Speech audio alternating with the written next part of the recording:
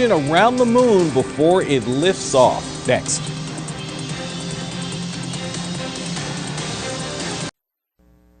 Welcome back to WRTV 6 News at 5. We are just 2 days away from Final Four weekend, and today our crews got an inside look at one of the Fan Fest events taking place downtown. The Final Four Fan Fest gets underway Friday at the Indiana Convention Center. Officials say as you take your first steps through the doors, you'll be greeted by a sports wonderland of interactive games, special celebrity and athlete appearances, autograph signing, and much more. I mean, we're so excited to have Fan Fest here presented by Capital One inside the Indiana Convention Center. We have over 300,000 square feet of activations for fans, and we have over, I think, a dozen sponsors in here, and there are things you can do from three-point shots to dunking a basketball to getting your hair cut and tasting great food and things like that. So this is a really cool experience. I expect this place to be packed all weekend long and really a hub for a lot of the activations that are going to be happening all weekend. Final Four Fan Fest tickets are $15. It runs from Friday, April 3rd through the 6th. All right, the Indiana Fever are sharing new progress on their $78 million sports performance center under construction downtown. Team officials say the project, which broke ground in September of last year, is moving forward on schedule. This newly released time-lapse video shows significant progress just 7 months into construction. The Fever's president says the state-of-the-art facility remains on track to open in the spring of 2027 ahead of the WNBA season. 7 months ago, we started putting shovels in the dirt, getting ready to start progress, and now, we actually have something to show people. I know if you've been driving by, you've seen it, but our home is coming to life, and we are so excited. Well, once complete, the center will be connected to Gainbridge Fieldhouse through a sky bridge.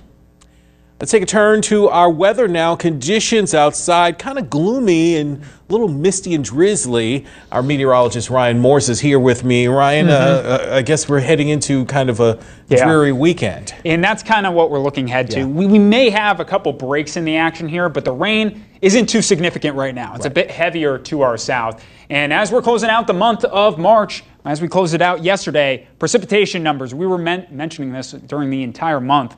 Our rainfall total ended up being 7.66 inches in Indianapolis. Records go back to 1871. It's our 8th wettest March on record.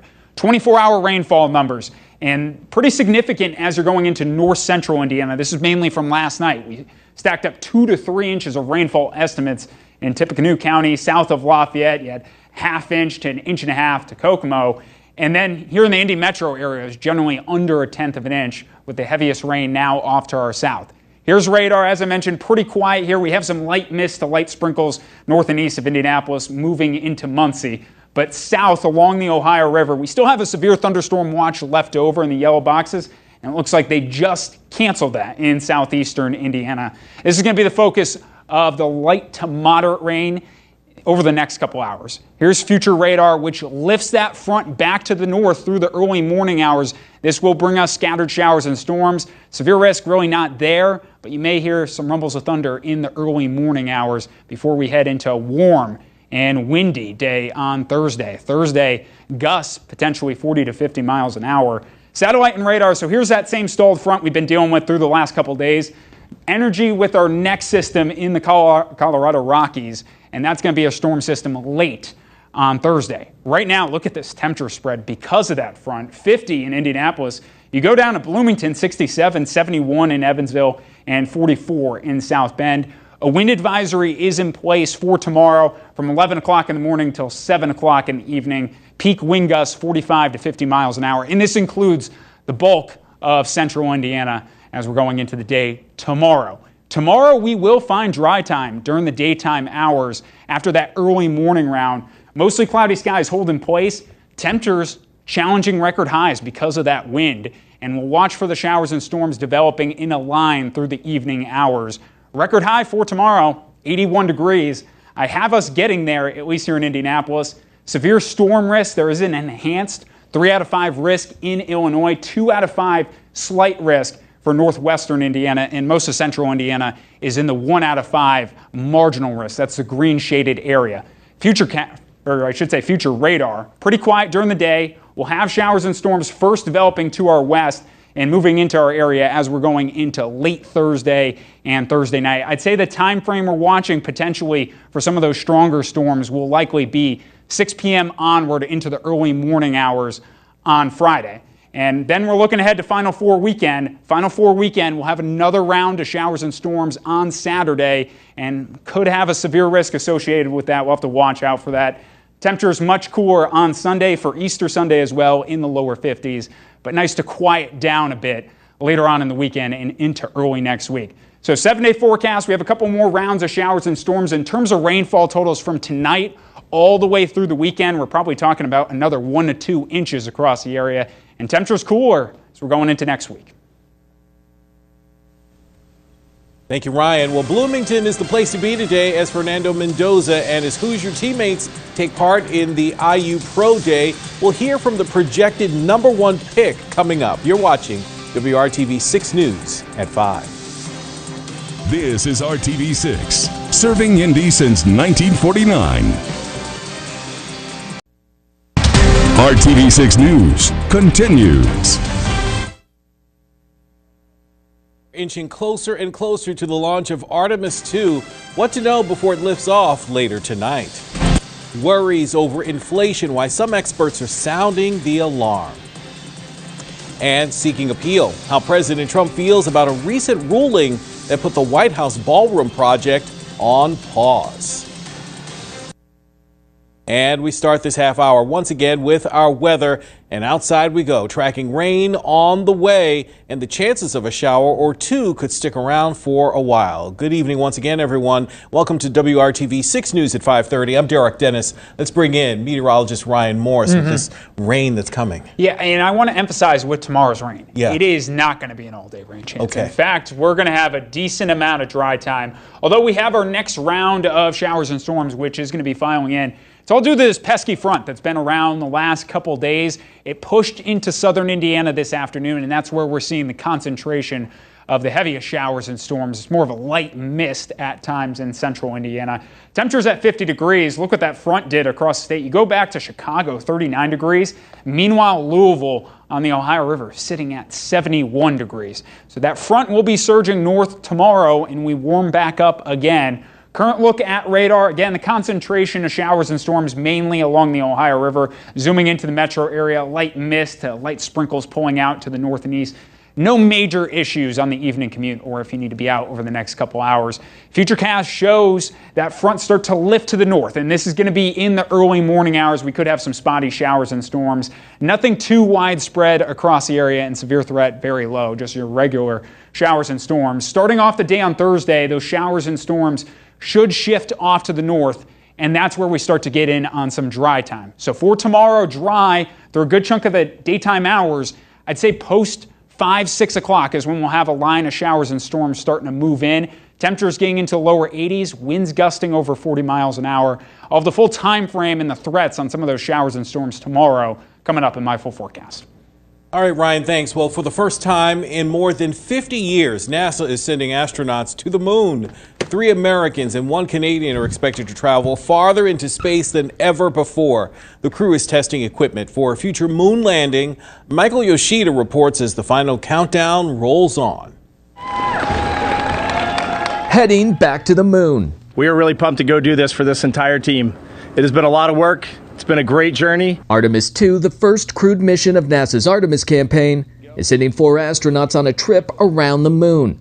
Commander Reed Wiseman, pilot Victor Glover, mission specialist Christina Cook, and mission specialist Jeremy Hansen of the Canadian Space Agency. This is an exciting time, and it is going to truly test our mettle. I'm so grateful to those that paved the way for me to be here and for all of us to be here, and it's an honor to potentially inspire the explorers of the future. It's the first time since 1972 that humans are going to deep space. We are in a space race. If human beings are going to endure, we have to find another planet to live on. The moon is the first step. Powered by NASA's new SLS, or Space Launch System Heavy rocket, the Orion spacecraft launches into Earth's orbit. That thing is 322 feet high, and 300 feet of it, thereabout, is all propulsion. So we're literally brute forcing our way into orbit. After some tests, Orion will then make a roughly 4-day, 250,000-mile journey to the moon, passing by its far side. At a distance between 4,000 and 6,000 miles above the lunar surface, it is expected to be the farthest any human has ever traveled in space. Orion then returns to Earth for splashdown off the United States west coast. The golden age of space exploration, there's so many amazing things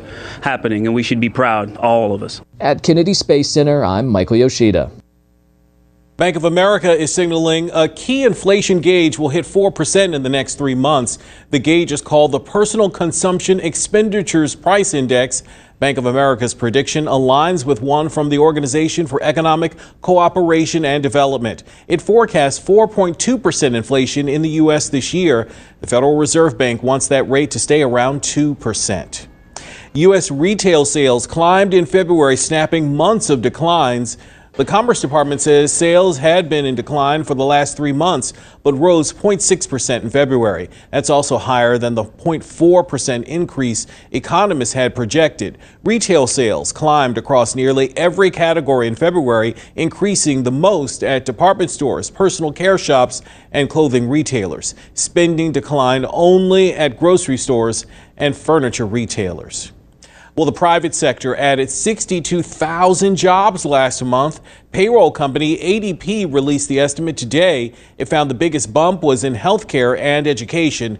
ADP says the sector added 58,000 jobs. ADP does not have access to every company's payroll and can't see the public sector. The official jobs report from the Bureau of Labor Statistics can vary from it significantly, and it will be released on Friday. A new poll finds President Trump's approval rating on the economy has dropped to a new low. The CNN poll found just 31% approve of his handling of the economy, while roughly 2/3 say his policies have made conditions worse. Experts say that frustration is being driven in part by rising costs. It found only 27% approve of how he's handling inflation. That's a sharp drop from 44% a year ago. Overall, about 3/4 of Americans say the economy is in poor shape. The Trump administration says it will appeal a judge's ruling ordering the halt of construction on the new White House ballroom. It comes after a judge yesterday halted the project, saying it needs congressional approval. President Trump disagrees. Reed Binion reports. Basically, he's saying I need congressional approval, and he's so wrong. President Donald Trump on Tuesday reacting to a federal judge's ruling blocking him from moving forward with any more construction on a massive new ballroom on the former site of the White House East Wing. The judge wrote in part, quote, "The President of the United States is the steward of the White House for future generations of first families. He is not, however, the owner." The judge said without congressional authorization, quote, "construction has to stop." The lead architect says the ballroom project has an estimated size of roughly 89,000 square feet, dwarfing the 55,000 square foot primary White House structure. Trump says the ballroom is expected to cost between $300 million and $400 million, but doesn't need congressional approval because it's being funded by private donations. This is taxpayer free. We have no taxpayer putting up 10 cents. But opponents say the private financing is part of the problem. Some of our nation's largest corporations greased this operation. And while President Trump says he doesn't need congressional approval, those who disagree say Congress should have done something earlier to oppose the project. Congress knew that some of this could have been unlawful, could have demanded, you have to ask us first if you're going to spend taxpayer money on this or any money on this. I'm Reed Binion reporting. Thank you, Reed. Well, a federal judge has delayed the trial of a man accused of shooting the United Healthcare CEO. Luigi Mangione's attorneys had asked the court to delay until next year to avoid interference with his state trial in New York. Jury selection for that is expected to start in June. The judge has delayed the federal jury selection until October. The federal judge indicated that the new dates in that trial could be revised further. Police in Utah have connected the disappearance and death of a teen on serial killer Ted Bundy. The Utah County Sheriff's Office identified Laura Ann Emme. She went missing on Halloween in 1974. The 17-year-old's remains were found by hikers less than a month later. The sheriff says the case is now officially closed. Ted Bundy was executed in Florida in 1989. He was never charged in May's death, although her name was included in his confession. The shot heard round the world. Greenfield native Braylon Mullins locked in UConn's ticket to the Final Four, and now his family is talking all about it. The incredible story is next. Plus, GLP-1 drugs are growing in popularity, but some experts are sounding the alarm over side effects. What one optometrist is saying tonight on WRTV 6 News at 5. You're watching RTV 6. We are local. Welcome back. No Indiana teams are in this weekend's Final Four, but there are plenty of Indiana connections. Greenfield Central grad Braylon Mullins shocked the world with his iconic shot to beat Duke in the Elite Eight. Our Angela Morian caught up with his family after the emotional moment. There's no words. There's no description. Like, it's just awe. Mullins magic in March. Greenfield's own Braylon Mullins turned into a March Madness legend with his game-winning shot from the logo to send UConn to the Final Four. A surreal moment for his parents who witnessed it all. It went through and it was pandemonium from there. Like, I blacked out. I think I yelled so hard that I thought I was going to pass out, to go down to my knees for a minute. I was like, I think I just yelled too much. Oh my gosh, did that just happen? And I just hugged him really, really tight, and he had the biggest smile on his face. That moment I will always remember. No one in his hometown will be forgetting that shot anytime soon either. As soon as it left his hands, I knew it was going to go in because that's just who he is. Now, he's always going to be synonymous with March Madness. They should put a statue out in front of him at UConn. He'll never have to buy a meal at UConn in Stores, Connecticut ever again. It was less than 2 years ago that Dan Hurley himself was right here in this gym at Greenfield Central trying to recruit Mullins to be a part of the Huskies. His pitch will bring you right back to Indy for the Final Four. Well, it was Indiana's Mr. Basketball that made that dream a reality. They had it lined up, and it had Philly, DC to Indy. The fact that he took the shot to bring them back, that's crazy.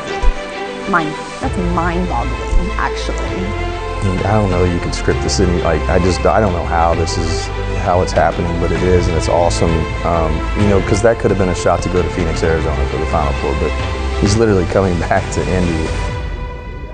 What are you most proud of about your son?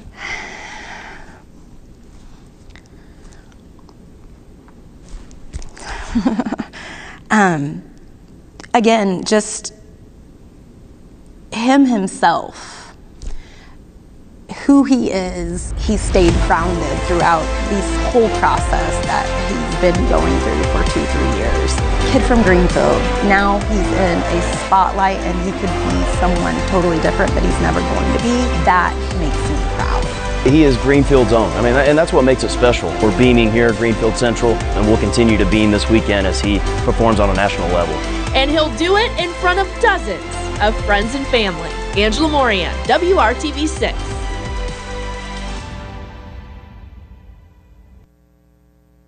All right, and here's a look at the matchups. Braylon Mullins and UConn take on Illinois in Game 1, and then it's Michigan versus Arizona in Game 2. Our sports team will have you covered every step of the way. And as we're looking ahead to Final Four weekend, we turn more active with the weather once again. We do have a wind advisory in place for tomorrow. Another weekend storm system on the way as well. Timing coming up in my full forecast. Locally owned, locally operated. This is RTV 6. Were first introduced, they were taken for diabetes control. The drugs have since exploded in popularity and are now used for weight loss. Experts say while many patients find success, there are potential risks associated with them. Mandy Gaither has more. It's a weapon in demand for the battle against obesity. GLP-1 medications can be highly effective for losing weight, and more patients are turning toward them. But because so many people have added this as a weight loss management treatment, we of course have seen more and more things come about as a result of taking it long term. Dr. Jackie Bowen with the American Optometric Association says that these are great medications, but patients should stay vigilant. While it's rare, she says doctors are seeing a small rise in something called ischemic optic neuropathy in people taking GLP-1 drugs. It's a condition where the blood supply to the optic nerve is lowered or cut off completely, leading to a loss of vision, usually in one eye. We also have been observing in diabetics and in patients who are at risk for wet macular degeneration that there's an increased risk of retinopathy or bleeding or fluid retention on the retina when these medications are added to the routine. Before going on GLP-1 drugs, Bowen says to have a comprehensive eye exam with an optometrist, then follow up about 1 month after starting the medication and every year after that. Once you're on the medication, she says to also watch out for red flags, including fuzzy vision in one eye or a smudge in the middle of your vision and diminished color vividness. Any sudden change, even if it doesn't hurt and it's not really messing up your day, do report that to your optometrist so we can get you in and take a look and make sure everything's fine. For Health Minute, I'm Mandy Gaither. All right, let's take a turn to our weather once again. We're tracking rain in the forecast. You can see some of it sort of moving into the area, leading to those gloomy clouds. Meteorologist Ryan Morris is joining me now. And Ryan, I was hoping for a nice weekend as we go into all the activities we have here. I'm hoping, we are expecting a line of showers and storms Final Four weekend. I'm hoping that goes through earlier in the day, and then maybe we miss that. But we have a ways to go with that line of storms this weekend. It's been a gloomy day. We have clouds, mist, and some drizzle around central Indiana. The more consistent rain is off to our south. Here's a current look at radar across central Indiana. Some mist off to the north and east will drop into southern Indiana, and we've had some thunderstorms at times here in the last 2 hours. But dropping to the south and east, exiting through Cincinnati, south and east of Greensburg as well. We are in the month of April. Average high throughout the entire month, 63.9 degrees. Average precipitation, 4.34 inches. Of course, we're coming off a pretty wet March. So as we're looking ahead to April, precipitation outlook, Climate Prediction Center favoring above average precipitation throughout the state of Indiana. Something to monitor going forward here. Again, that average 4.34 inches. So we'll see as we go through this month how that pans out.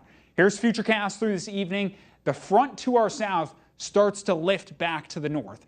We'll see some showers and storms in the early morning hours primarily here, and it should shift far enough north through the morning commute, north central and northern Indiana, still getting in on the showers and storms, but the consistent stuff moving out of central Indiana. And from there, it is going to be a warm and windy time at Thursday. Thursday, we're expecting gusts potentially 45, 50 miles an hour at times. And Futurecast, even as we're carrying over into late Thursday, that's going to be our storm chance on the way. So our current temperatures right now, there is a spread across the state. 44 degrees at Cicero, cloudy skies in play. The wind not gusting too bad right now until that front lifts north. In fact, we're under 20 miles an hour. 50 in Indianapolis, 44 in South Bend. Look at southern Indiana, south of the front. 70 in French Lick and 71 in Evansville. Wind advisory I mentioned out for most of central Indiana, with the exception being eastern Indiana. Richmond, Connersville not included in that, Newcastle as well. But that runs 11 o'clock tomorrow morning till 7 p.m., gusting 45 to 50 miles an hour. And given the time of year, this is where our temperatures are expected to warm up. We're going to be challenging record highs. Mostly cloudy skies in place, temperatures getting into the lower 80s. We'll watch for showers and storms arriving in the evening. Indy's record high for tomorrow, I recognize that, just from last year, 81 degrees set back in 2025. That is in jeopardy. Satellite and radar showing our frontal boundary we've had in place. The energy for the next round off to our west. Let's time it out on Futurecast, because Futurecast going forward, again, a lot of Thursday dry, the severe storm risk, enhanced 3 out of 5 risk in northern Illinois, a slight 2 out of 5 risk in the yellow shading Lafayette into northwestern Indiana, and a low-end marginal 1 out of 5 risk for most of central Indiana. So I think the concentration, the severe storm threat, mainly to the north and west. Wind and hail, the primary concern. Tornado threat pretty low. 6 p.m. tomorrow evening into 2 o'clock tomorrow, or I should say 2 o'clock in the morning on Friday. Here's Futurecast. A cluster of showers and storms expected to form and cross west to east during that time frame. And we'll be watching the cells in Illinois to see how they hold together as they're getting into Indiana as well. But those are the hours to watch out for storms in our area. In terms of our 7-day forecast, I kind of touched on it here. We still have more rounds of showers and storms on the way. Front of boundary stalls across the area. Friday, scattered showers and storms. And the potential for a severe line late on Saturday. Easter looking cooler for us in the lower 50s. A multi-million-dollar museum is set to open at Conner Prairie this week. We get an inside look at what you can expect. That's next. This is RTV6, serving Indy since 1949.